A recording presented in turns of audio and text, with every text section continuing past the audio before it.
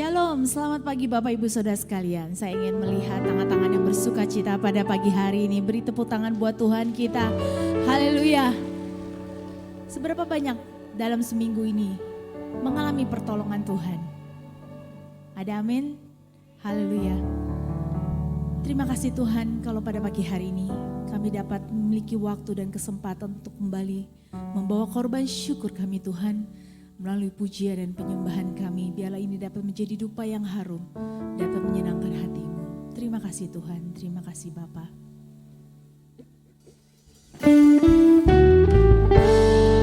Kami sungguh percaya Tuhan, bahwa Engkau-lah menjadi damai buat hidup kami. Walaupun kami mengalami Tuhan, masa-masa kelam dalam lembah kegelapan, tapi kami tahu Tuhan, Engkau-lah damaiku.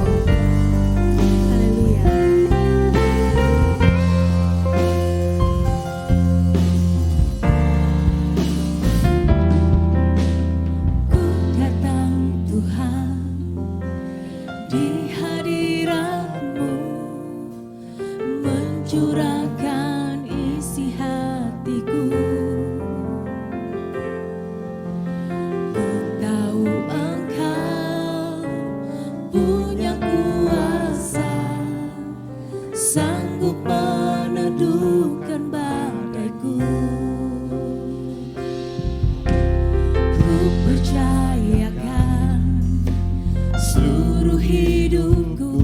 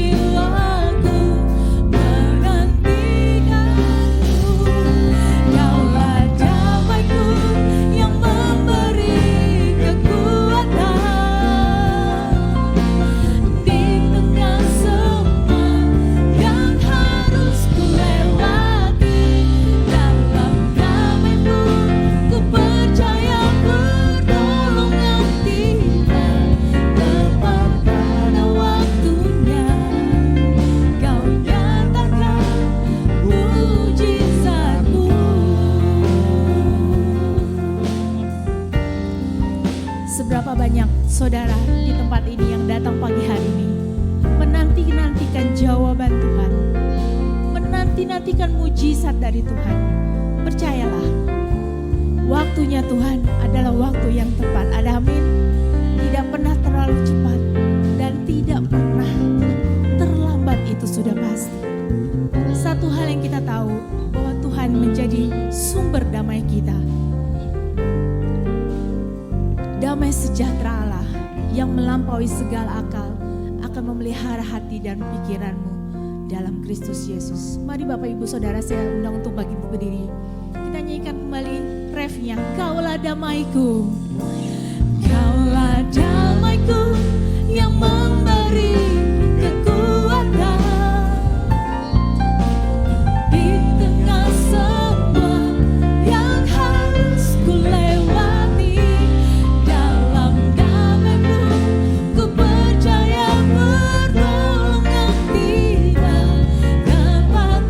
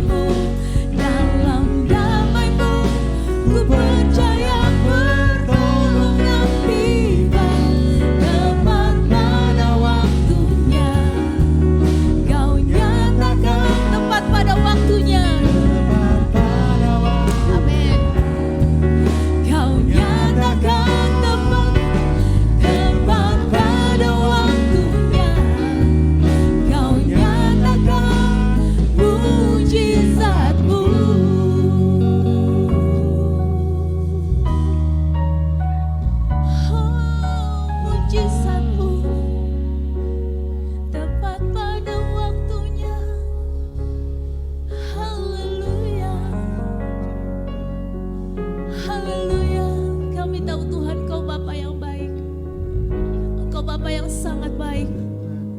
Engkau Bapa yang tidak pernah meninggalkan setiap kami. Janji-Mu tepat pada waktunya Tuhan. Terima kasih Tuhan.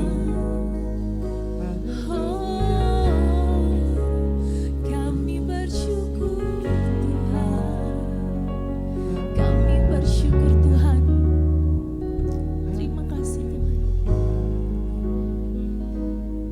Dalam damai-Mu, mari kita nyanyikan bersama. Dalam damai-Mu, ku percaya pertolongan tiba, tepat pada waktunya Kau nyatakan, tepat pada waktunya Kau nyatakan, tepat pada waktunya Kau nyatakan mujizat-Mu. Kata sekali lagi, Kaulah damai-Ku, Kaulah damai-Ku yang memberi kekuatan di tengah semua yang harus terlewati. Damai-Mu, ku percaya pertolongan tiba, tepat pada waktunya Kau nyatakan mujizat-Mu. Dalam damai-Mu, dalam damai-Mu, ku percaya pertolongan tiba, tepat pada waktunya Kau nyatakan, tepat pada waktunya Kau nyatakan, tepat pada waktunya Kau nyatakan mujizat-Mu. Setiap kita yang percaya janji Tuhan, ya dan amin dalam hidup kita tepat pada waktunya. Beri tepuk tangan buat Tuhan kita. Haleluya.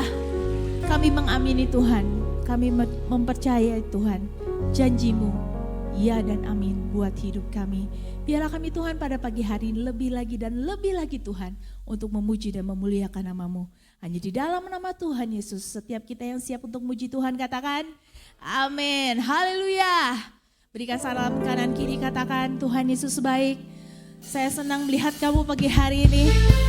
Haleluya. Bersyukurlah kepada Tuhan sebab Dia Raja. Haleluya.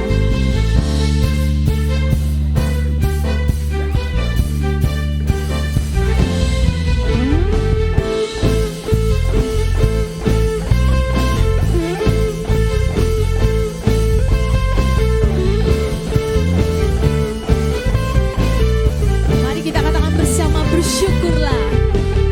Bersyukurlah kepadanya, bawalah pujian bagi Dia.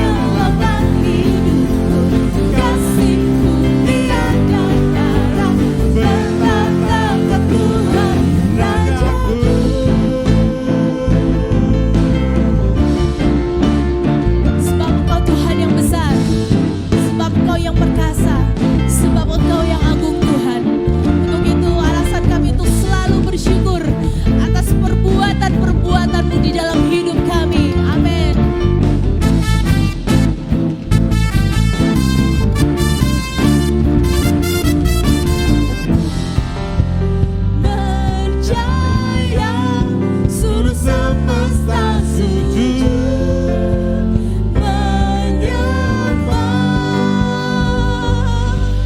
Kau yang berdaya, suruh semesta sujud menyembah. Akulah kebangkitanmu, mujizat telah terjadi. Junjung kasih anugerahmu, kekal teguh dan mulia. Masyurlah perbuatanmu, kau menyelamat hidupku. Kasih-Mu tiada tara, berkatakan Tuhan Rajaku.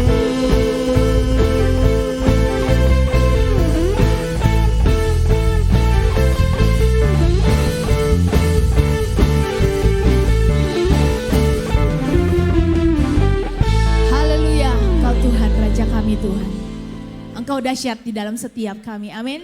Untuk itu kita dimampukan untuk melewati setiap badai. Haleluya, Engkau dahsyat di dalamku.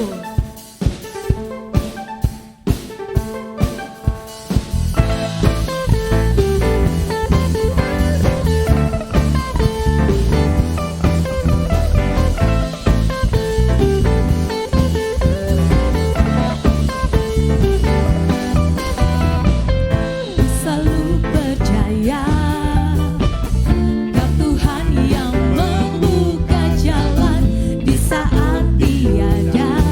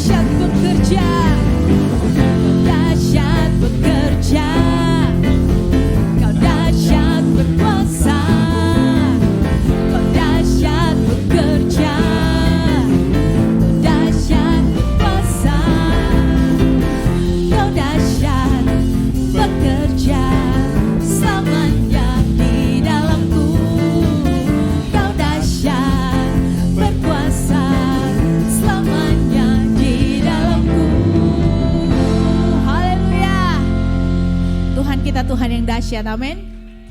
Christ is enough for me. Cukuplah kasih karuniaku bagimu, karena dalam kelemahan aku menjadi kuat. Amin.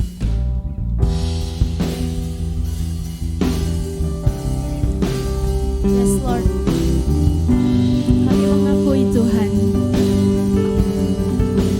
hanya Engkau dalam hidup kami Tuhan, yang membuat kami penuh Tuhan.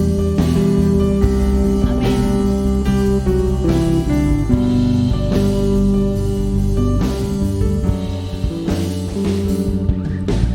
Christ is my reward in all of my devotion.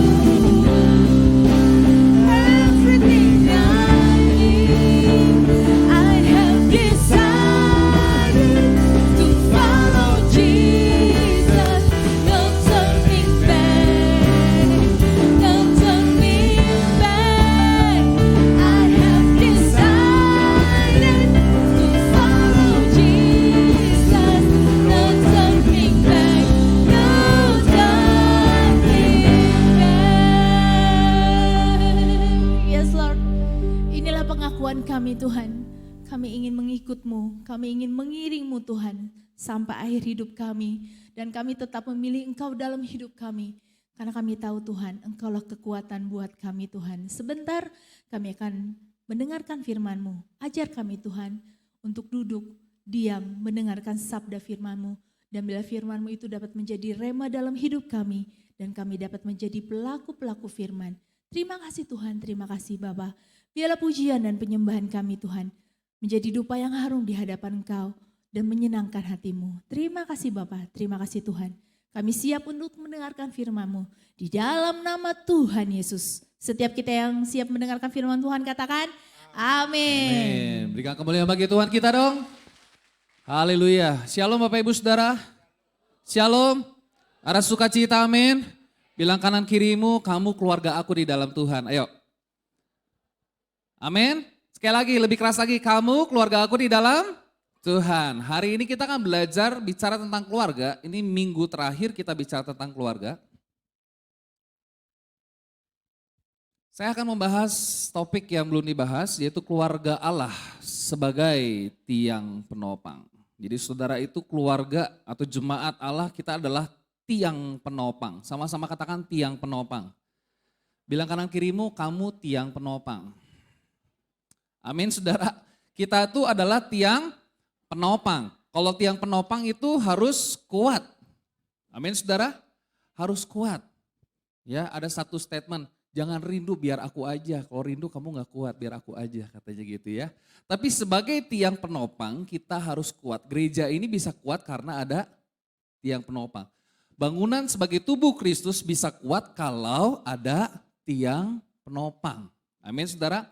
Nah kita akan lihat bersama-sama di dalam Alkitab kita, Efesus pasal yang kedua Bapak Ibu Saudara, Efesus pasal yang kedua ayat yang ke-19. Ya, Efesus pasal yang kedua ayat yang ke-19. Ini penting bagi kita semua mengerti bahwa kita adalah keluarga. Ya, saya pernah bahas bahwa untuk menjadi keluarga yang pertama melalui hubungan darah, betul ya? Keluarga, hubungan darah. Saya dengan Cipriska ada hubungan darah nih. Saya dengan papi mami ada hubungan darah gitu kan. Yang kedua melalui pernikahan. Ketika saya menikah dengan istri saya, keluarga saya menjadi keluarga dari istri saya. Betul ya? Keluarga istri saya, keluarganya Melisa menjadi keluarga saya. Kemarin kami baru mendapat anggota keluarga yang baru gitu ya. Jadi sepupunya Melisa itu melahirkan baby girl. Rafa tuh senang banget, aku mau lihat baby girl katanya gitu ya. Keluarga baru dan dia menjadi bagian keluarga. Nah yang ketiga saudara, di dalam Kristus ternyata kita juga keluarga. Dan saya mau katakan melalui pernikahan atau hubungan darah itu tidak kekal. Gak sampai di sorga kita gak lagi, mungkin saya gak bilang papi mami lagi mungkin. Tapi hubungan atau kita sebagai keluarga yang bernilai kekal itu di dalam Kristus sampai kekekalan. Sampai di sorga itu kita keluarga. Di dalam gereja lokal kita keluarga. Nanti ketemu lagi dengan orang dari gereja lain, kita juga keluarga di dalam Kristus. Yang ngerti katakan amin. Saudara ketemu orang Kristen lagi, orang percaya lagi di negara lain, dia juga keluarga. Luar biasa ya. Nah kita akan sama-sama melihat Bapak Ibu Saudara, Efesus pasal yang kedua, ayat 19. Demikianlah kamu bukan lagi orang asing dan pendatang, melainkan kawan sewarga dari orang-orang kudus dan anggota-anggota apa? Keluarga Allah. Berapa banyak di antara kita yang adalah orang pendatang di tempat ini, pendatang. Bukan asli orang Sukabumi, pendatang. Boleh angkat tangan? Boleh angkat tangan? Rata-rata semua pendatang ya. Tapi firman Tuhan katakan di dalam gereja lokal, di dalam tubuh Kristus, kita bukan lagi orang asing atau pendatang, tetapi apa? Kawan sewarga dari orang-orang kudus. Sama-sama bilang kanan kirimu, kamu orang kudus. Nah, kalau sewarga berarti satu RT, satu RW nih kita orang-orang kudus. Amin. Anggota-anggota keluarga Allah. Dalam terjemahan bahasa Indonesia masa kini, sebab itu kalian bukan lagi termasuk orang asing atau orang luar. Dulu waktu saya belum bertemu saudara, waktu saudara belum kenal Tuhan, waktu kita belum ketemu, saya orang luar buat saudara, betul ya? Betul ya? Setiap kita orang luar. Tetapi ketika kita percaya kepada Tuhan, perhatikan baik-baik, kita bukan lagi orang luar, tapi jadi orang dalam. Betul ya saudara ya? Sama-sama bilang orang dalam. Yang membuat kita masuk surga kan karena kenal orang dalam. Setuju enggak? Biasanya kalau ada akses orang dalam tuh cepet. Ya macet-macet gitu kan, lagi musim-musim mudik kemarin, berapa banyak di antara saudara yang mungkin kena macet. Kalau kena orang dalam bisa masuk duluan ya. Bener apa bener? Iya kan? Iya kan? Perhatikan baik-baik, karena kita juga bisa masuk surga karena kenal orang dalam, yaitu Tuhan kita Yesus Kristus. Perhatikan, kalian bukan lagi orang luar. Kalian sekarang adalah sama-sama warga umat Allah. Amin saudara. Kalian adalah anggota-anggota keluarga Allah. Kita tuh anggota keluarga Allah. Jadi kita bukan lagi orang asing, walaupun kita belum kenal. Ya makanya kenalan dong, ya kan, kalau belum kenal, tak kenal maka tak sayang. Kalau sudah kenal, mau tidak mau harus disayang. Walaupun dia nyebelin kadang ya. Tapi kita bukan lagi orang luar, kita bukan lagi orang asing. Ya, tapi kita menjadi kawan sewarga, kita jadi sama-sama warga umat Allah. Satu RT, satu RW, orang-orang kudus. Luar biasa. Ayat yang lain saudara. Ya, 1 Timotius pasal yang ketiga ayat 15. Paulus mengatakan begini, jadi jika aku terlambat, sudahlah engkau tahu bagaimana orang harus hidup. Sama-sama katakan harus hidup. Sebagai apa? Keluarga Allah. Yakni jemaat dari Allah yang hidup, tiang apa? Penopang dan dasar kebenaran. Perhatikan, saudara harus tahu bahwa kita ini keluarga Allah, harusnya kita hidup sebagai jemaat dari Allah yang hidup. Perhatikan, kita punya Allah yang hidup. Kok gak ada yang amin sih? Kita ini jemaat dari Allah yang hidup. Kita menyembah Allah yang hidup. Kita mengabdikan hidup kita kepada Allah yang hidup. Kita melayani Allah yang hidup. Amin. Saudara, kita adalah jemaat dari Allah yang hidup. Dikatakan. Makanya apa? Kita harus jadi tiang penopang dan dasar kebenaran. Nah, dalam terjemahan bahasa Indonesia sehari-hari atau bahasa Indonesia masa kini, supaya kalau saya terlambat mengunjungi Timotius, engkau sudah tahu bagaimana kita harus hidup sebagai keluarga Allah. Yang ini jemaat Allah yang hidup, jemaat inilah yang merupakan tiang penegak dikatakan. Dan pendukung ajaran yang benar dari Allah. Nah saudaraku dikasih Tuhan, sebagai keluarga Allah seharusnya kita hidup sebagai tiang penopang. Sebagai dasar kebenaran. Tentunya sebagai tiang penopang kita harus kuat, betul ya? Kita harus kokoh, teguh berdiri, tahan uji di dalam iman dan kebenaran kepada Kristus. Perhatikan baik-baik Bapak Ibu Saudara, dahulu kita hidup tanpa Kristus. Dahulu kita gak kenal Tuhan, dulu kita hidup tanpa Allah, kita hidup tanpa pengharapan. Tapi sekarang kita jadi keluarga Allah. Bahkan kita menjadi jemaat dari Allah yang hidup. Bahkan kita punya pengharapan yang luar biasa di dalam Kristus. Amin saudara. Nah pertanyaannya adalah bagaimana kita bisa menjadi bagian dari keluarga Allah? Jawabannya saudara, ini penting. Diperdamaikan dengan Allah melalui salib Kristus. Jadi pada waktu Yesus mati di atas kayu salib, dia mati supaya kita diterima menjadi keluarga Allah. Salib Kristus merubuhkan tembok pemisah baik antara orang Yahudi, non-Yahudi. Salib Kristus merubuhkan tembok pemisah antara Allah dengan manusia. Di dalam Efesus pasal 2 perhatikan, ayat 13 sampai 16. Tetapi sekarang di dalam Kristus Yesus kamu yang dahulu jauh. Dulu kita jauh dari Allah.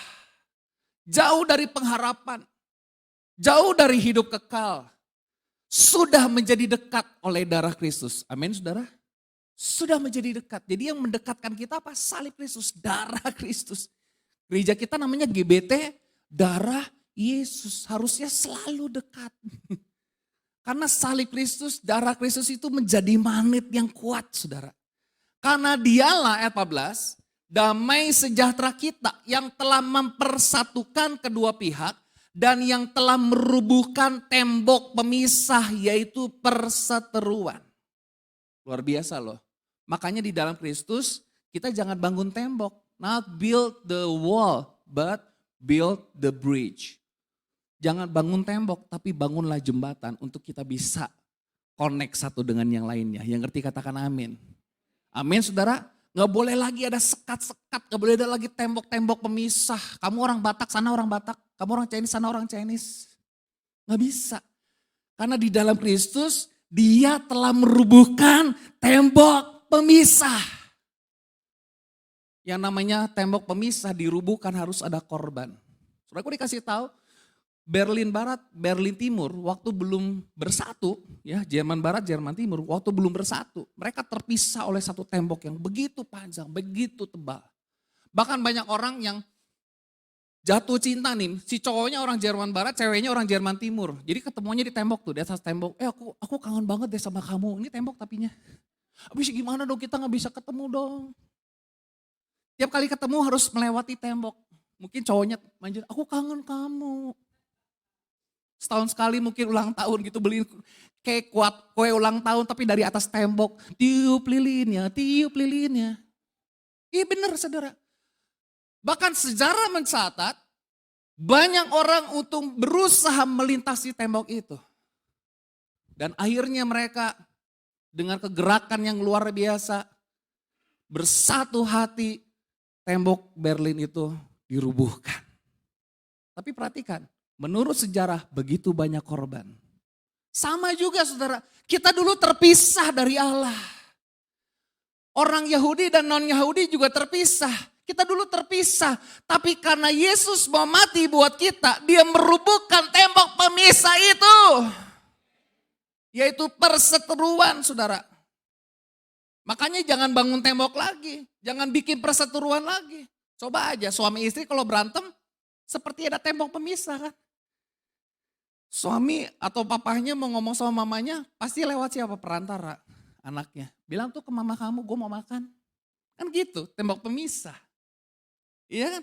Perhatikan ayat 15. Sebab dengan matinya sebagai manusia, ia telah membatalkan hukum Taurat dengan segala perintah dan ketentuannya. Untuk menciptakan keduanya menjadi satu manusia baru di dalam dirinya. Perhatikan di dalam Kristus kita diciptakan menjadi satu manusia baru. Dan dengan itu mengadakan damai sejahtera. Ketika tembok pemisah itu dirubuhkan ada damai sejahtera dalam hidup kita. Tembok Berlin ketika rubuh orang bisa bersatu ada damai sejahtera dan sukacita. Betul saudara? Ya. Ayat 16. Dan untuk memperdamaikan keduanya di dalam satu tubuh dengan Allah oleh apa saudara? Oleh apa? Oleh salib. Dengan melenyapkan perseteruan pada salib itu. Perhatikan, waktu Yesus di atas salib, dia rela menjadi seterunya Allah. Betul ya? Makanya dia merasa ditinggalkan oleh Allah. Allahku, Allahku, mengapa engkau meninggalkan aku? Di atas salib dia rela berpisah dari Bapaknya. Supaya kita yang dulunya terpisah bisa bersatu di dalam keluarga Allah. Berikan kemuliaan bagi Tuhan kita. Amin saudara, hebat ya. Gara-gara Yesus mau mati buat kita, tembok pemisah itu rubuh saudara.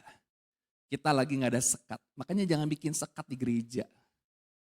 Jangan lagi bikin tembok pemisah. Kita satu.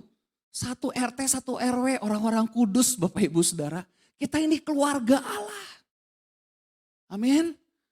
Powerful. Yang kedua saudara, kita dipersatukan di dalam Kristus melalui apa? Iman. Iman percaya kita. Yohanes pasal 1 ayat 12 sama-sama kita baca 2, 3.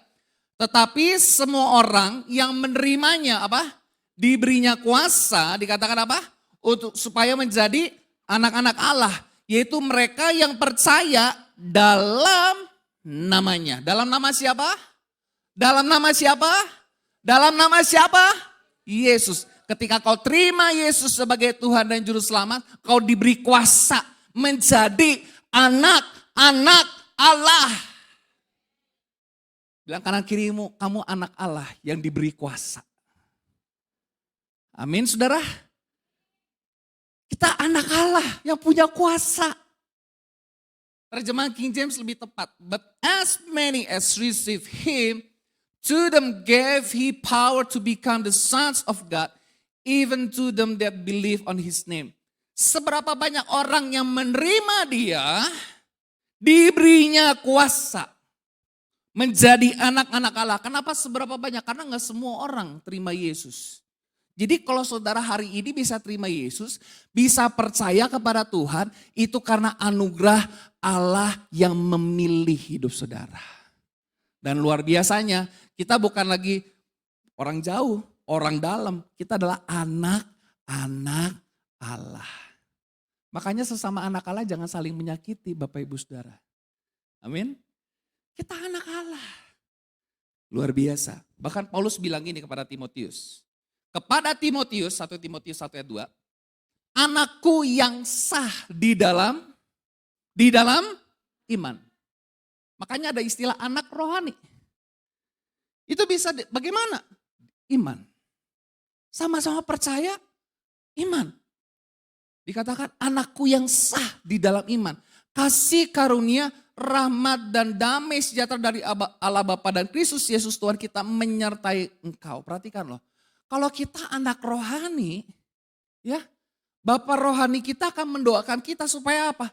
Kasih karunia, rahmat dan damai sejahtera menyertai saudara. Wow. Makanya saya berulang kali katakan ikut Yesus itu sangat mengasihkan. Ikut Yesus itu selalu menyenangkan. Selalu ada petualangan-petualangan yang spektakuler bersama dengan Tuhan kita. Amin saudara. Bangga gak saudara jadi anak Tuhan? Bangga gak saudara jadi anak Tuhan? Kelakuannya gimana? Jangan kita statusnya anak Tuhan tapi kelakuan lebih gelap dari anak setan. Ya, pertanyaannya adalah, ini poinnya. Cara hidup seperti apa yang harus dimiliki oleh jemaat Tuhan? Sebagai dikatakan tiang penopang, tiang penegak. Dalam bekerja mengembangkan gereja dan jemaat Allah. Saya catat begini, yang pertama dibangun melalui nasihat firman Tuhan. Di dalam keluarga ada nasihat gak? Keluarga jasmani, ada nasihat gak? Orang tua kasih nasihat sama anak.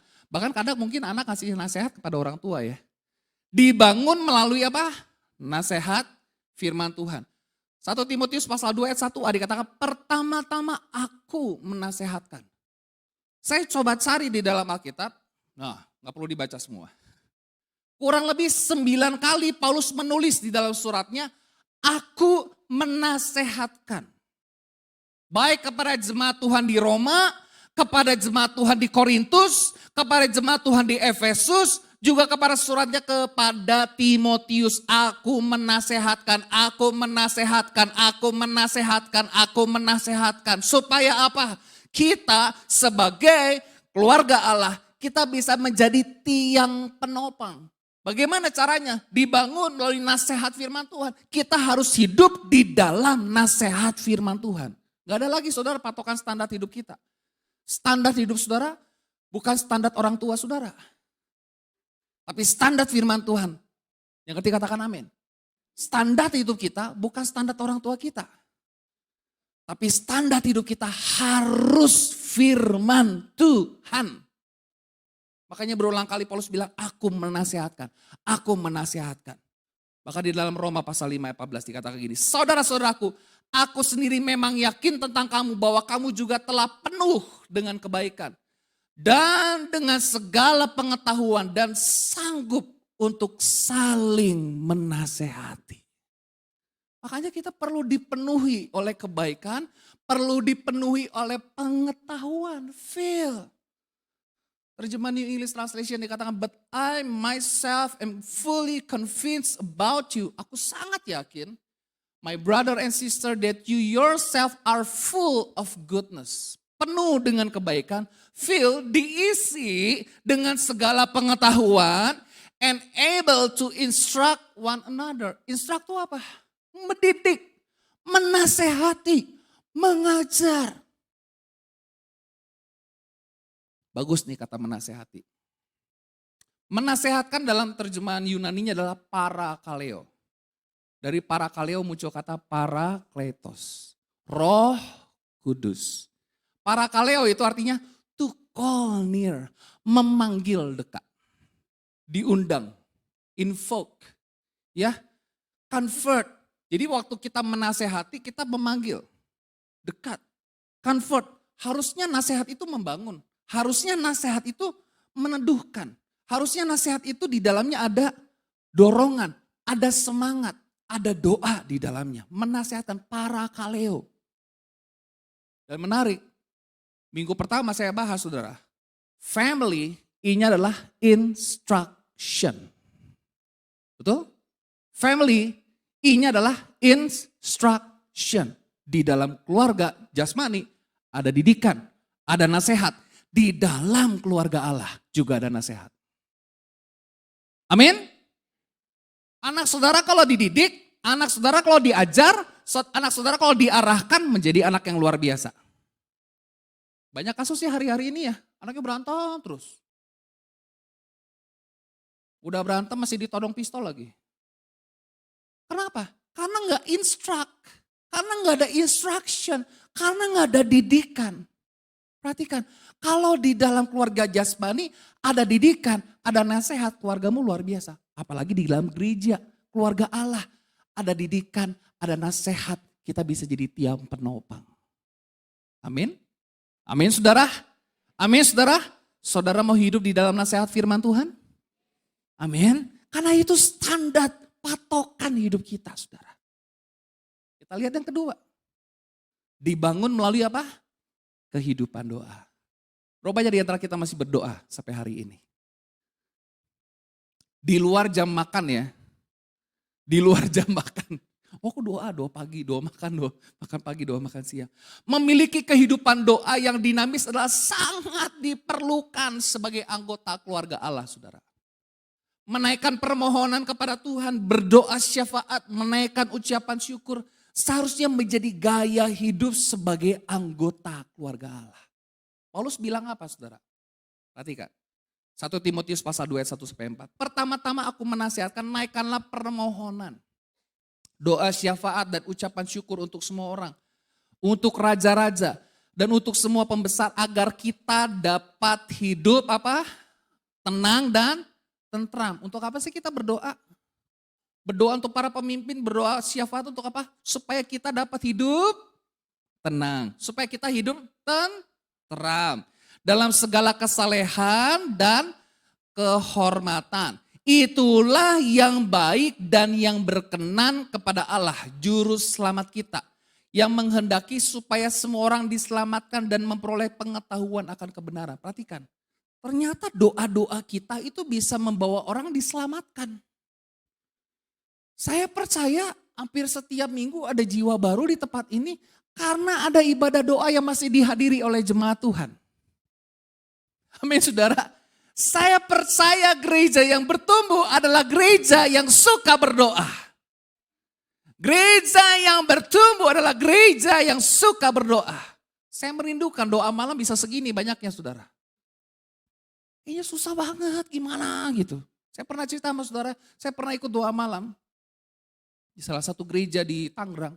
Itu yang hadir ratusan, saya pikir, ini doa malam sebanyak ini. Oh ini kita seperti biasa kayak gini. Wah. Seperti biasa kayak gini, waduh. Luar biasa sekali. Gereja yang bertumbuh adalah gereja yang suka berdoa. Amin saudara. Keluarga yang bertumbuh, keluarga yang sehat, keluarga yang kuat adalah keluarga yang suka berdoa. Ini karena cara hidup kita harusnya begini.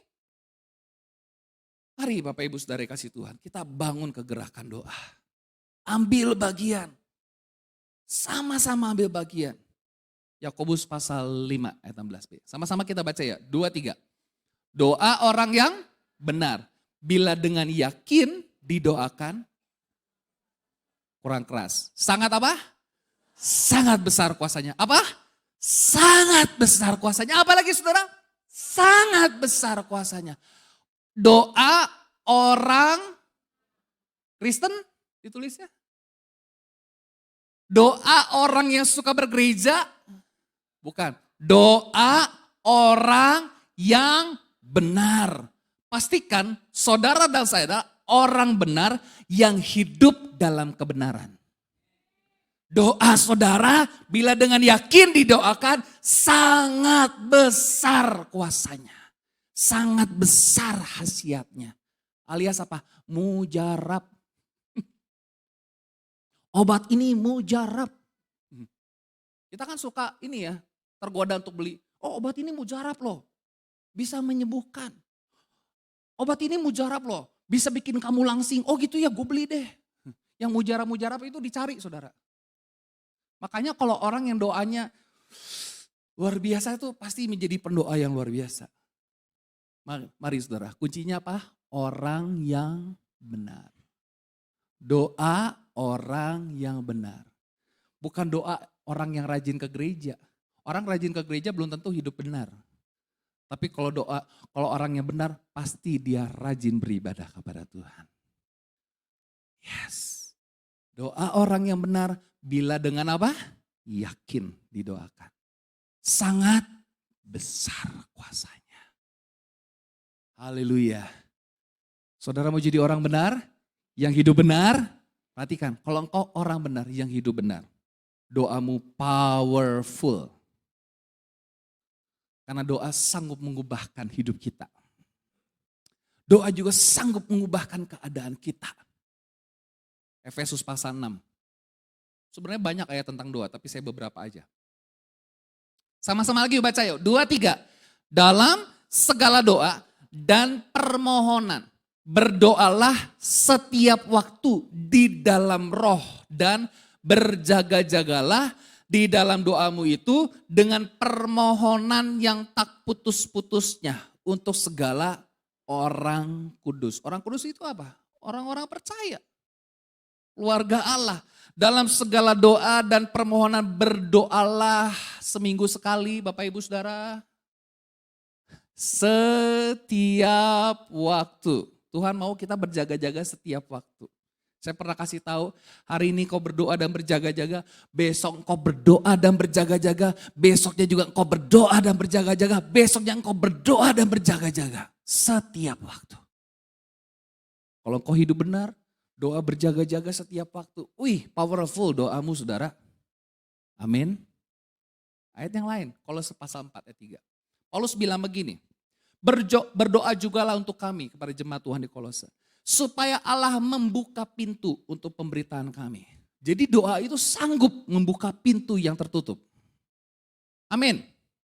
Ya, sehingga kami dapat berbicara tentang rahasia, misteri, rahasia Kristus yang karenanya aku dipenjarakan.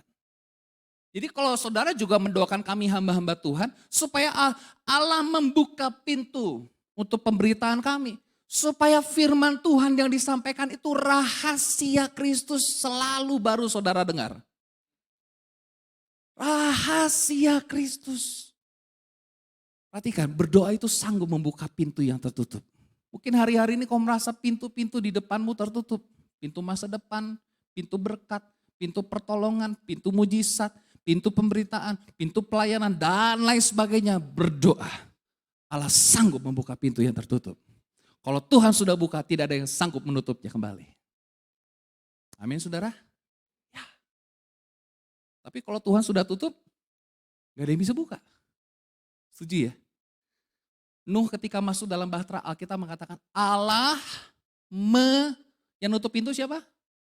Allah. Tapi kalau Allah sudah buka, gak ada yang sanggup tutup. Mari kita berdoa bersama-sama. Amin. Yang ketiga saudara, ini dia, tunduk pada otoritas. Saya gak akan bahas terlalu banyak tentang otoritas. 1 Timotius pasal 2 ayat 8-15. Oleh karena itu aku ingin supaya di mana orang laki-laki berdoa dengan menadahkan tangan yang suci tanpa marah dan tanpa perselisihan.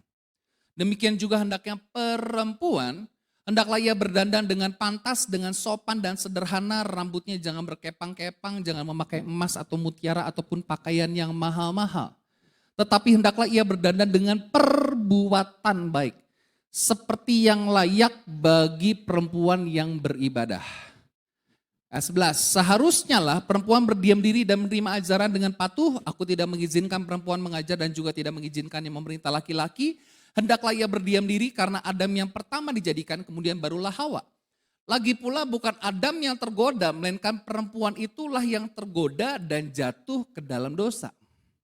Tetapi perempuan akan diselamatkan karena mereka melahirkan anak. Asal, perhatikan, ia bertekun dalam iman dan kasih dan pengudusan dengan segala kesederhanaan. Di dalam keluarga ada urutan otoritas. Ayah sebagai kepala keluarga, demikian ibu, baru anak-anak. Dalam gereja lokal ada juga otoritas yang harus kita taati.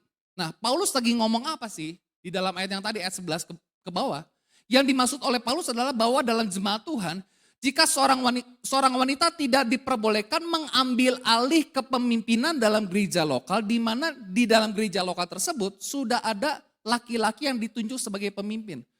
Ayat ini masih menjadi perdebatan sampai hari ini. Ayat ini masih jadi perdebatan. Karena ada gereja-gereja tertentu nggak boleh wanita jadi gembala. Gereja Injili kalau nggak salah nggak boleh. Contohnya, suaminya gembala, kemudian meninggal. Istrinya nggak boleh jadi gembala. Mesti orang lain yang gembala. Kalau di GBT boleh. Kalau seorang bapak gembalanya meninggal, ibu gembalanya menjadi gembala. Kalau dia bersedia, kalau sanggup dan bersedia, itu bisa jadi gembala. Tetapi di gereja-gereja tertentu, ayat ini mereka pakai. Seorang perempuan tidak boleh memerintah, tidak boleh mengajar. Padahal konteksnya adalah ayat ini di dalam gereja lokal yang Paulus sebutkan itu, sudah ada pemimpin di mana wanita ingin mengambil alih kepemimpinan. Jadi Timotius itu sebagai gembala dalam satu gereja, di mana udah ada pemimpin, sudah ada kepemimpinan, sudah ada otoritas. Makanya Paulus kasih tahu, wanita nggak boleh ngambil alih kepemimpinan. Karena kalau kita melihat di dalam ayat tadi ya, ayat 12, aku tidak mengizinkan perempuan mengajar. Kalau begitu nggak boleh khotbah dong. Pertanyaannya, berapa banyak wanita yang masuk sekolah Alkitab? Masa masuk sekolah Alkitab, tujuan kamu sekolah Alkitab apa sih? Biar jadi istri gembala. Kan nggak cuma jadi istri doang dong, ya dong. Tapi apa? Mengajar, melayani. Makanya ayat ini masih rancu. Tapi saya baca beberapa penafsiran itu bagus sekali. Bahwa ayat ini lagi ngomong di dalam gereja sudah ada otoritas. Jadi Paulus mengingatkan Timotius, di dalam gereja lokal sudah ada kepemimpinan otoritas, perempuan tidak boleh mengambil alih kepemimpinan. Yang keempat, saudara, bagaimana kita bisa menjadi gereja atau tiang penopang? Sebagai keluarga Allah menjadi tiang penopang. Ini dia penting banget, memiliki reputasi yang baik. Bukankah di dalam keluarga kita juga orang tua kita selalu ngingetin kita ya, tolong dong jaga nama baik, betul ya? Karena kita bawa nama keluarga. Anaknya ngaco, yang ditanya siapa biasanya? Hah? Kalau sebagai anak melakukan sesuatu yang ngaco nih, yang kemarin-kemarin kejadian gitu kan, yang dikorek-korek siapanya? Bapaknya, betul ya? Bapaknya siapa sih? Setelah selidik punya selidik, oh ternyata maminya tukang pamer kekayaan. Kena semua tuh. Makanya sekarang tuh ada gerakan child free. Apa tuh child free? Gak mau punya anak. Kenapa gak mau punya anak? Anak itu bakal menyusahkan hidup kita. Anak itu bakal membuat kita ribet hidup kita. Coba kan tuh contoh, anaknya ngaco kan kita juga jadi kena tuh. Gitu ya. Tapi saya percaya kalau anak dididik dengan baik, akan menjadi sesuatu yang luar biasa. Bahkan menjadi pahlawan, betul ya? Yes, memiliki reputasi yang baik itu sangat penting. Di dalam 1 Timotius pasal 3 ayat 1-7, Paulus menuliskan tentang syarat-syarat bagi penilik jemaat. Jika disimpulkan bisa menjadi dua bagian, saudara. Saya akan ambil beberapa ayat saja, 1 Timotius pasal 3 ayat 4-7. Seorang penilik jemaat, seorang pelayan Tuhan, seorang percaya dikatakan seorang kepala keluarga yang baik. Perhatikan. Seorang kepala keluarga yang baik, disegani dan dihormati oleh anak-anaknya. Jikalau seorang tidak tahu mengepalai keluarganya sendiri, bagaimanakah ia dapat mengurus apa? Jemaat Allah. Kalau kamu nggak bisa mengepalai keluarga sendiri, bagaimana bisa mengurus jemaat Allah? Betul. Janganlah ia seorang yang baru bertobat agar jangan ia menjadi sombong dan kena hukuman iblis. Ayat yang ke-7, hendaklah ia juga mempunyai apa? Mempunyai apa? Nama baik di luar jemaat. Agar jangan ia digugat orang dan jatuh ke dalam jerat iblis. Bahkan kita pengkhotbah mengatakan apa? Nama yang harum lebih baik dari minyak yang mahal. Betul ya? Banyak orang bisa beli loh parfum yang mahal. Tapi saudara nggak bisa beli nama yang harum. Nama yang harum itu lebih berharga. Amin. Perhatikan, hendaklah ia juga mempunyai nama baik. Nah, saya pelajari saudara, kata nama baik, good report, bahasa Yunaninya marturia. Dari kata marturia kita dengar kata martir. Betul ya? Marturia itu apa? Saksi. Yang namanya saksi itu perlu bukti. Ternyata kata marturia ini dipakai juga dalam bidang hukum. Evidence given, bukti dalam bidang hukum. Track record, rekam jejak, kesaksian, laporan kehidupan. Perhatikan baik-baik Bapak Ibu Saudara. Kalau saudara mau masuk pekerjaan, sekarang itu suka ditulis. Ada pertanyaan sama perusahaan tuh suka nulis tuh perusahaan. Media sosial Anda apa? Betul ya? Begitu enggak? Begitu ya Ci ya? Nama Instagramnya apa? Kalau punya Twitter, Twitternya apa? Itu bukan serta-merta supaya saudara melengkapi yang kosong doang. Perhatikan baik-baik Bapak Ibu Saudara. Perusahaan HRD sebelum merekrut orang, dia lihat dulu medsosnya. Oh, si orang ini medsosnya begini ya. Suka flexing nih orang. Suka komen-komen gak enak nih orang. Perhatikan loh. Rekam jejak digital tuh gak pernah hilang. Betul apa betul? Ya. Jadi kalau perusahaan, saudara mau masuk perusahaan nih. Dituliskan nama, tanggal lahir, betul ya. Alamat rumah, nomor KTP, bla bla bla gitu kan. Hobi gitu kan. Pasti di bawahnya media sosial. Instagram kah, Twitter kah. Jangan keburu seneng tuh, tulisin follower aku ribuan. Bukan masalah perusahaan bukan lagi cari follower. Dia akan lihat track record jejak digital kita. Oh nih orang suka komen gak enak nih. Oh ini yang suka flexing nih, pamer-pamer nih. Perhatikan.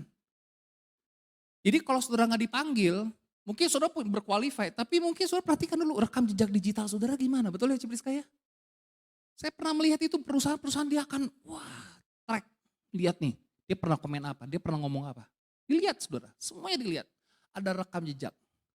Makanya Tuhan kasih tahu sama kita, sebagai anggota keluarga yang baik, keluarga Allah, untuk kita bisa jadi tiang penopang, milikilah nama yang baik.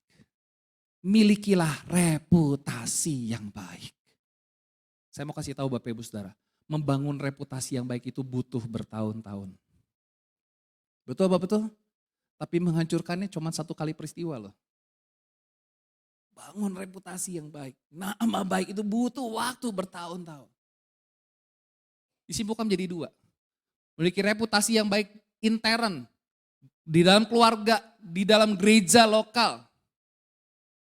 Makanya 1 Timotius pasal 4 ayat 12. Sama-sama kita baca ayat ini yuk, 2, 3. Jangan seorang pun menganggap engkau rendah karena engkau muda. Jadilah teladan bagi orang-orang percaya dalam apa? Perkataanmu, dalam tingkah lakumu, dalam kasihmu, dalam kesetiaanmu, dan dalam kesucianmu. Jadi teladan, punya nama baik di intern dulu, gereja lokal dulu nih, di dalam keluarga nih.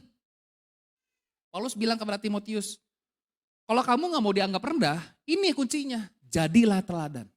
Orang muda selalu dianggap remeh, orang muda selalu dipandang rendah. Tapi kalau kamu jadi teladan, orang gak bisa menganggap rendah kamu. Amin, ini kata firman Tuhan. Jadilah teladan. Menariknya, bagi orang-orang percaya. Hansen pernah cerita gini ya, jadi teladan bagi orang dunia tuh sebenarnya gak terlalu susah loh.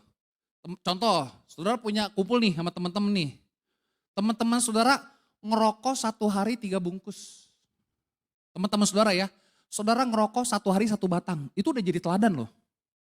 Hebat banget tuh, 1 hari cuma 1 batang. Sanggup. Wih hebat, itu udah jadi teladan tuh. Tapi bagi orang percaya udah jadi teladan belum?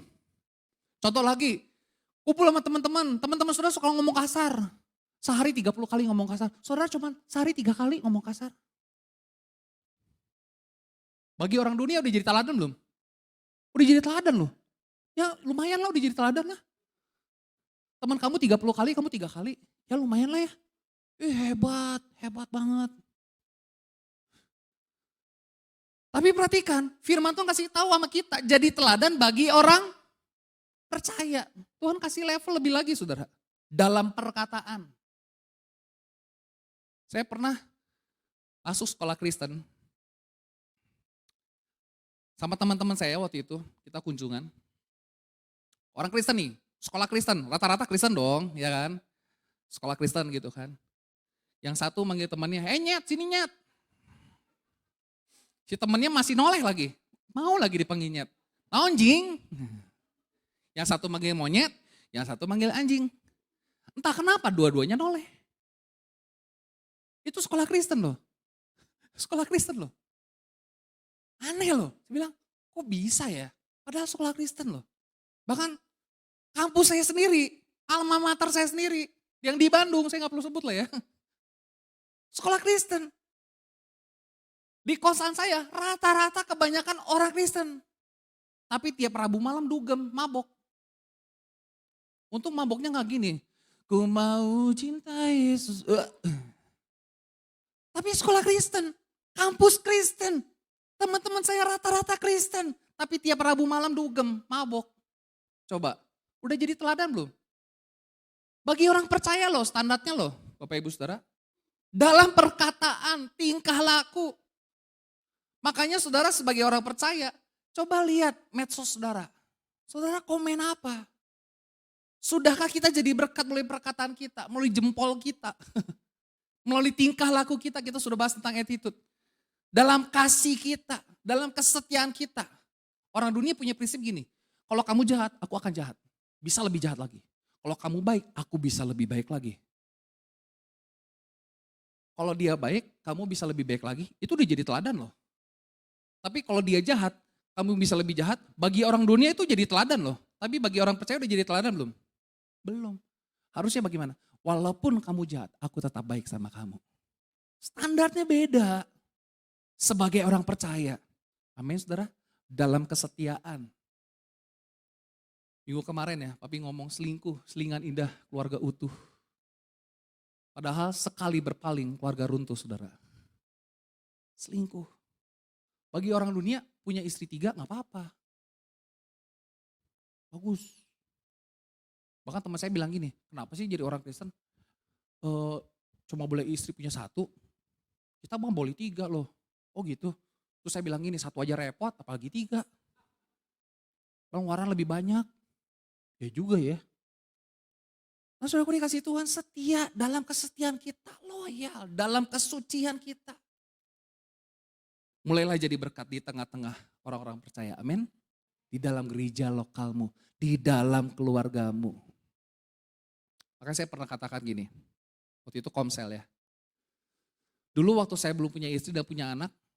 Kalau saya mati. Saya ingin dikenang pertama. Sebagai musisi yang diurapi Tuhan. Mohon di batu nisan ditulis ya. Musisi yang diurapi Tuhan. Yang kedua. Pengkhotbah yang dipakai Tuhan. Dulu saya pengennya gitu tuh, kalau saya gak menikah. Tetapi setelah menikah, Tuhan ubah mindset saya. Yang pertama, loving husband. Kayak John Wick. Saya pengen menjadi suami yang mengasihi istri. Jadi mohon kalau saya mati, batu nisan ditulis tuh, loving husband. Yang kedua, sebagai bapak yang patut dibanggakan oleh anaknya. Yang ketiga baru nih, hamba Tuhan yang berkenan. Karena kalau saya gak dihormati di keluarga saya gak bisa saudara. Dalam pelayanan apapun saya gak powerful, betul ya? Saya gak bisa powerful. Makanya banyak kisah anak-anak hamba Tuhan mereka gak bisa betah tinggal di rumah. Karena ngelihat kelakuan bapaknya, saya gak mau seperti itu. Makanya penting ya, saudara sebagai orang percaya, saudara sebagai bapak, saudara harus jadi teladan dulu di keluargamu. Teladan dulu nih di gereja lokalmu. Di gereja internmu saudara. Baru yang berikutnya ini dia, eksternnya apa? Orang-orang yang belum kenal Tuhan. 1 Timotius pasal 3 ayat yang ke-7 tadi kita sudah baca. Hendaklah ia juga punya nama baik di luar jemaat. Punya usaha, punya bisnis. Please deh, orang Kristen jujur deh. Pertanyaannya, masihkah orang Kristen itu bernilai kejujurannya? Masihkah orang Kristen itu dicari untuk pekerjaan? Karena ada orang yang kerja di perusahaan, gak bisa jujur loh. Bahkan, ini orang kok lakukan kecurangan-kecurangan pas di track recordnya. Orang Kristen, anak Tuhan, ini jemaat gereja ini nih, ini jemaat gereja ini nih, dia pelayan Tuhan di tempat ini nih, aduh. Punya nama baik. Amin. Dimanapun kamu ditempatkan, ayo milikilah punya nama baik. Dalam pekerjaan punya integritas. Haleluya. Amin. Amin saudara. Matius 5 ayat 16 dikatakan demikianlah hendaknya apa? Terangmu bercahaya di depan orang. Supaya mereka melihat mobilmu, bajumu, gadgetmu. Enggak, mereka lihat apa? Mereka lihat apa? Perbuatanmu yang baik dan memuliakan apa? Bapamu yang di sorga. Orang lihat apa? Perbuatan bukan jabatan. Orang lihat apa? Perbuatan kita bukan rumah kita. Rumahnya bagus banget tapi kelakuan kayak setan. Jabatannya bagus banget deh. Agamanya bagus banget. Keyakinannya bagus banget. Saya mau kasih tahu saudara, perusahaan sekarang tidak terlalu pusing dengan keyakinan saudara. Mau Kristen pun atau beda agama pun, mereka nggak terlalu pusing. Tapi mereka akan lihat perbuatanmu. Track recordmu. Betul ya Pak Peter ya? Gak harus serta-merta cari pegawai Kristen kan, tapi perbuatan ya. Integritas. Betul ya Pak Willy ya? Perbuatan kita. Emangnya nih, misalnya ngelamar di PT Win. Kamu agamanya Kristen? Oh iya bagus, agama Kristen. Coba sebutkan 10 ayat yang kamu hafal. Emang gitu? Apa ya, Mas 23 gue ayat inget deh sebutin gitu kan. Ya baru satu tuh. Ayo 9 lagi. Ya kamu cuma tahu satu, gak masuk, gak lolos. Emang di tempatnya konsen gitu? Tanya dulu, kamu apa? Doa Bapa kami? Hafal, bagus udah disebutin. Kamu hafal gak? Matius pasal 1 sampai pasal 28. Gak hafal, gak masuk kamu, gak masuk. Orang gak akan tanya keyakinan saudara. Tapi perhatikan, kalau saudara sebagai orang percaya, ayo come on biarlah terangmu bercahaya di depan orang. Karena dia lihat apa? Mereka melihat apa saudara? Mereka melihat apa? Perbuatan. Amin saudara. Mari milikilah perbuatan yang memuliakan Bapa kita di sorga. Saya minta para pemain musik. Karena saya percaya kalau kita punya gaya hidup yang benar, perbuatan yang baik. Nanti saudara baca dalam kisah 2 pasal 47, kisah para rasul 2 ayat 47b. Dan mereka disukai semua orang dan tiap-tiap hari Tuhan menambah jumlah mereka dengan orang yang diselamatkan. Kalau kita punya sikap hidup yang benar, ini cepet banget loh terisinya loh bangku-bangku yang kosong. Amin. Milikilah sikap hidup yang benar. Yang terakhir, beneran deh terakhir. Ini kisah 2 ayat 47b. Yang terakhir, melayani dengan kasih. Di keluarga kita belajar apa Bapak Ibu Saudara? Melayani. Ayo jadi suami jangan pengen dilayani terus dong. Belajar juga melayani istri. Ayo jadi anak jangan mau dilayani terus dong sama orang tua. Belajar juga melayani. Mari kita sama-sama melayani dengan kasih. Saya mungkin mau cerita sedikit ya tentang Rafa sama ontinya ya, boleh ya, yang waktu kemarin ini ya. Jadi waktu acara Paskah yang lalu, Cipriska itu ke kantor sama anak saya. Terus Cipriska bilang gini, aduh onti capek nih gitu kan. Pegel karena habis permainan waktu itu ya. Saya sih waktu itu gak tahu, cuma istri saya cerita. Tiba-tiba Rafael dia duduk agak di bawah gitu ya. Duduk dekat kakinya, dipijitin kaki ontinya. Pijitin, enak gak onti? Kaget, ontinya kaget, hah kok reaksinya gini ya dipijitin aku. Nah anak saya tuh paling suka minuman susu Milku kalau gak salah. Milku ya bener ya? Saya gak tahu dan nama merek gak hafal. Terus dibilang gini, ini buat onti. Padahal dia habis permainan terus dapat itu tuh, susu itu tuh yang dia paling suka tuh. Ini buat onti, supaya onti happy dia bilang gitu. Dikasih Milku. Cici saya nggak terlalu suka minum susu ya, karena itu susu yang terasa begitu susu. Saya juga bingung susu yang terasa begitu susu gimana sih? Pengennya minum susu terasa teh gitu. Dikasih tuh milku, minum dia kan. Gimana onti, happy nggak? Ih luar biasa loh, luar biasa loh. Itu sesuatu yang powerful loh. Bahkan saya ingat banget nih. Waktu dia masih umur 2 tahun atau 3 tahun. Waktu itu kan ranjang kami kan agak tinggi ya. Jadi dia belum bisa naik ranjang dengan cara biasa gitu. Waktu itu maminya habis cuci kaki, kakinya basah. Lalu dia lari ke kamar, kita bingung dia ngapain lari ke kamar.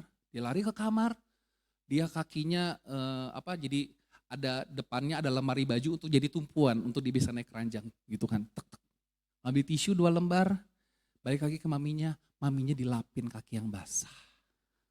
Melayani saudara. Jadi belajar melayani dari kapan? Aku mau belajar melayani. Dari kapan belajar melayani Bapak Ibu Saudara? Dari kapan? Dari kecil. Yang namanya keluarga Allah juga melayani dengan kasih.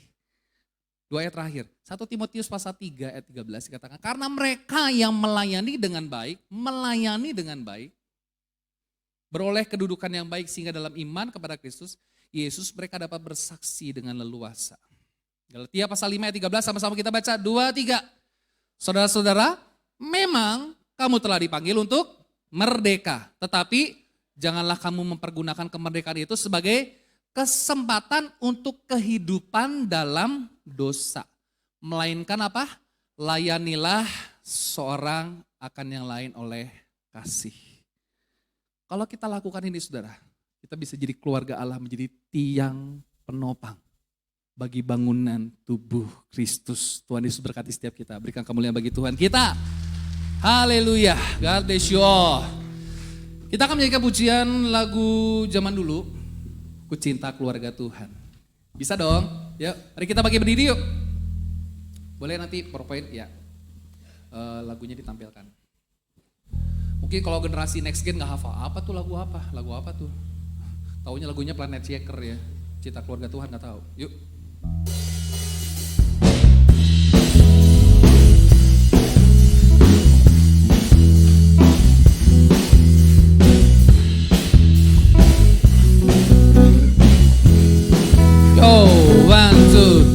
Ku cinta keluarga Tuhan, terjalin mesra sekali. Semua saling apa saudara? Semua saling mengasihi, betapa senang ku menjadi keluarganya Tuhan. Ku cinta keluarga Tuhan. Ku cinta keluarga Tuhan, terjalin mesra sekali.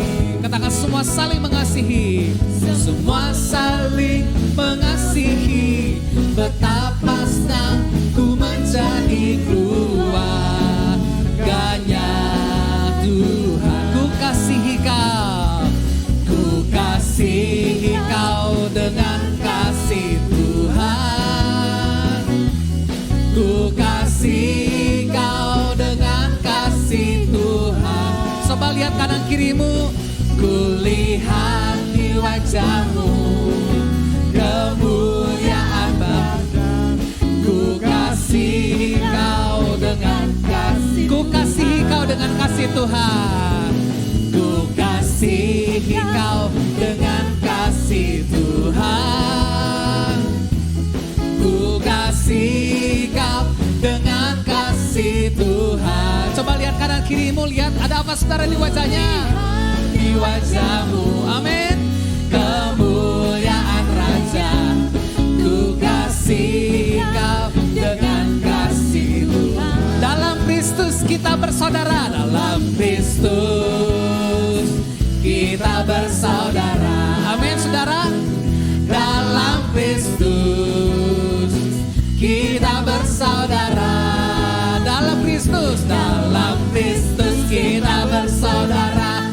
Sekarang dan selamanya.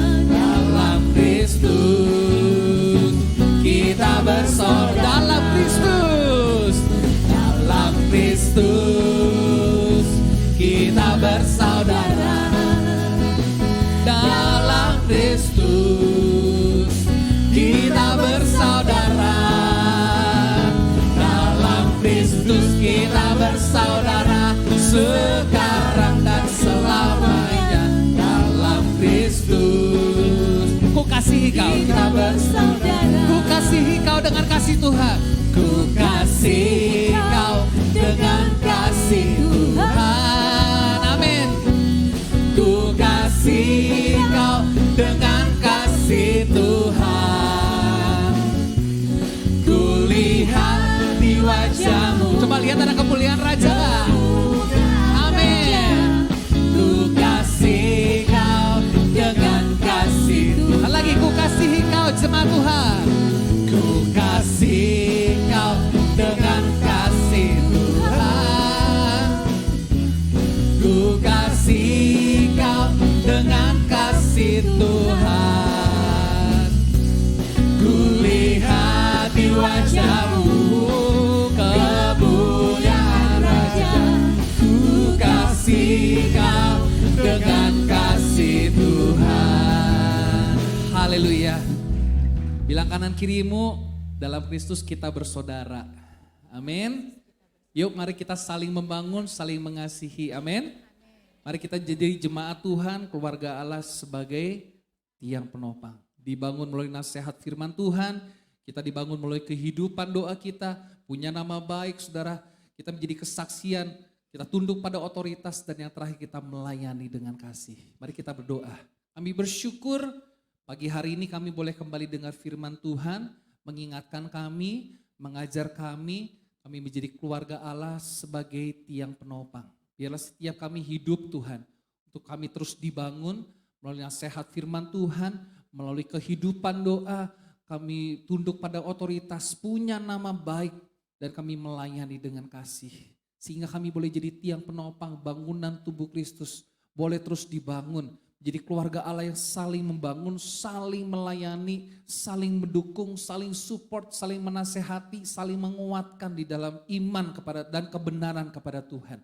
Terima kasih Bapak, terima kasih Tuhan. Mungkin ada jemaat Tuhan yang datang pada pagi hari ini dengan pergumulan. Tuhan jamah, Tuhan tolong setiap mereka yang sakit disembuhkan, yang lemah dikuatkan, yang susah dihiburkan, yang terikat dilepaskan, yang terbelenggu dibebaskan. Kami percaya anugerah Tuhan nyata buat setiap kami. Pertolongan Tuhan dahsyat buat setiap kami.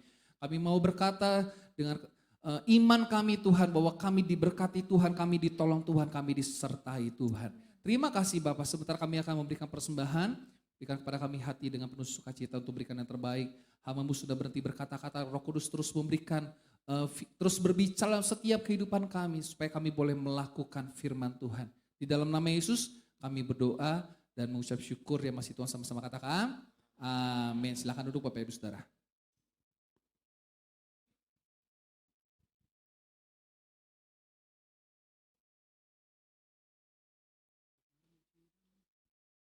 Kita akan memberikan persembahan. Saya mengundang kepada tugas. Kita angkat pujian, satukanlah hati kami.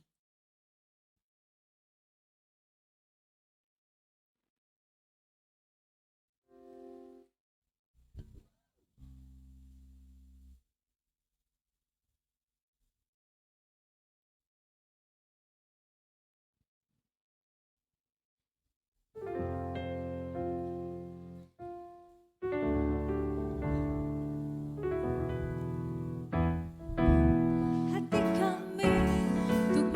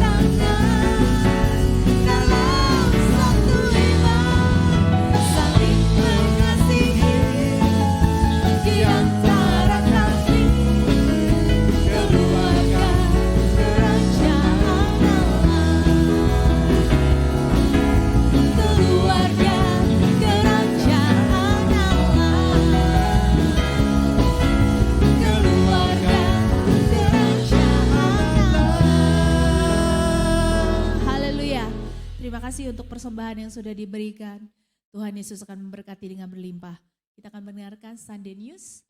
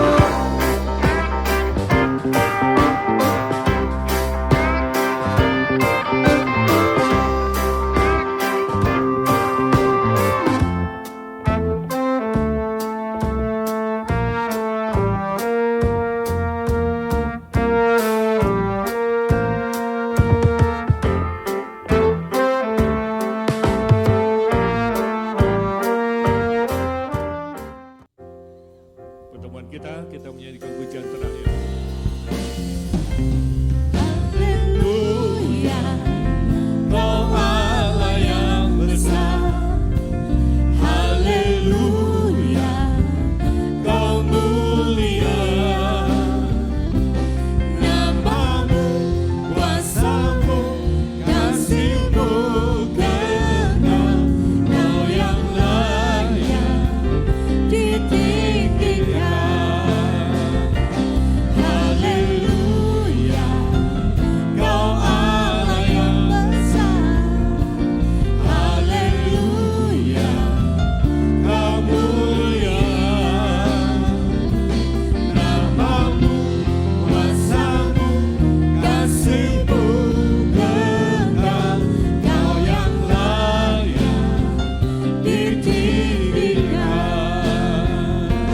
Namamu, kuasamu, kasih-Mu kekal. Kau yang layak ditinggikan. Bapa di sorga, kami bersyukur berterima kasih kepada Tuhan kalau Tuhan sudah memberkati seluruh rangkaian acara kepada kami dari awal pertengahan sampai pada berkati puji-pujian, memberkati firman Tuhan, berkati tangan Tuhan sudah memberikan persembahan untuk pekerjaan-Mu, persembahan perpuluhan, Tuhan akan balas dengan berlimpah-limpah.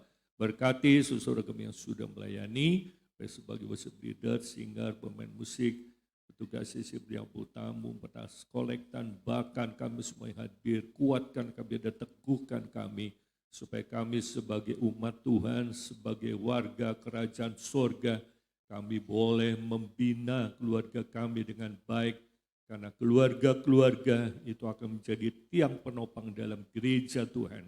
Terima kasih Tuhan, berkati hamba-Mu Pesta Luki yang sudah menyampaikan firman Tuhan, bila Roh Kudus akan bekerja lebih jauh. Kegiatan sepekan, hari Selasa, Rabu, Kamis, Jumat, Sabtu, bahkan Minggu yang akan datang, ibadah disertai perjamuan kudus. Tuhan juga akan memberkati. Siapkan hati dan pikiran kami untuk bersekutu dengan tubuh dan darah Tuhan. Sebentar kami akan pulang beserta dengan kami. Terima kasih Tuhan, terima kasih Bapa. Dan kataanmu, terima berkat pada Tuhan. Diberkatilah keluargamu, diberkatilah suamimu, diberkatilah istrimu, diberkatilah anak-anakmu, diberkatilah pekerjaanmu, diberkatilah kesehatanmu, diberkatilah pelayananmu, diberkatilah masa depanmu, diberkatilah studimu, diberkatilah engkau di kota, diberkatilah di desa, Diberkatilah engkau di ladang, diberkatilah bakulmu dan tempat adonanmu. Diberkatilah engkau pada waktu masuk, diberkatilah pada waktu keluar, diberkatilah buah kandunganmu, hasil bumimu, dan hasil tanahmu. Kiranya segala berkat, dan berkat jasmani, berkat rohani, dan berkat materi. Berkat ini datang dari Allah Bapa, kasih sayang daripada Tuhan Yesus, persekutuan dengan Roh Kudus menyertai saudara. Mulai pagi hari ini sampai Tuhan Yesus datang kembali. Dalam nama Tuhan Yesus kami berdoa dan bersyukur.